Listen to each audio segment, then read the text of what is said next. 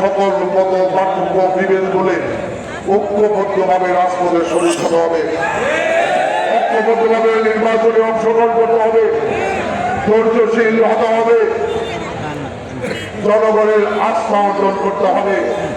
ষড়যন্ত্র মোকাবেলার জন্য সবসময় ঐক্যবদ্ধ সতর্ক প্রস্তুত থাকতে হবে। আর আজকের এই বিজয় র্যালিতে আপনারা অবস্থান করার ধৈর্য ধারণ করতে পারেন না।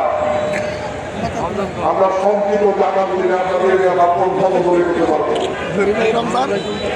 কথা খুব পরিষ্কার, 17 বছর সংগ্রাম করেছে, এই সংগ্রাম এখনো শেষ হয় নাই।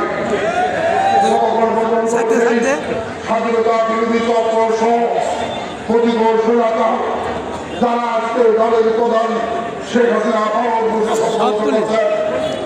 লীগের সেই লোকেরা সন্ত্রাসী গুন্ডারা আত্মগোপনে থেকে বাংলাদেশকে অশান্ত করার জন্য সন্ত্রাসের পথ বেছে নিয়েছেন। স্বাধীনতা বিরোধী চক্র তাদের সাথে হাত মিলে নির্বাচনকে বাঞ্চাল করার ষড়যন্ত্র করছেন।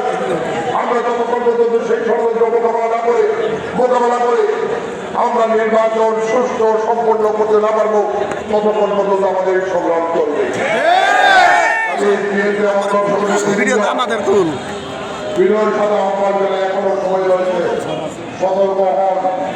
বারবার একটি কথা বলেছি, আমাদের ভুলের কারণে, আমাদের অসচেতনতার কারণে, আমাদের অবহেলার কারণে যদি কোনো অপশক্তি আবার বাংলাদেশের রাষ্ট্রীয় ক্ষমতায় অধিষ্ঠিত হয়, 17 বছর যে খেসারত দিয়েছি আমরা, তার চেয়েও বড় খেসারত আমাদেরকে দিতে হবে। এখনো সময় আছে, সতর্ক হন।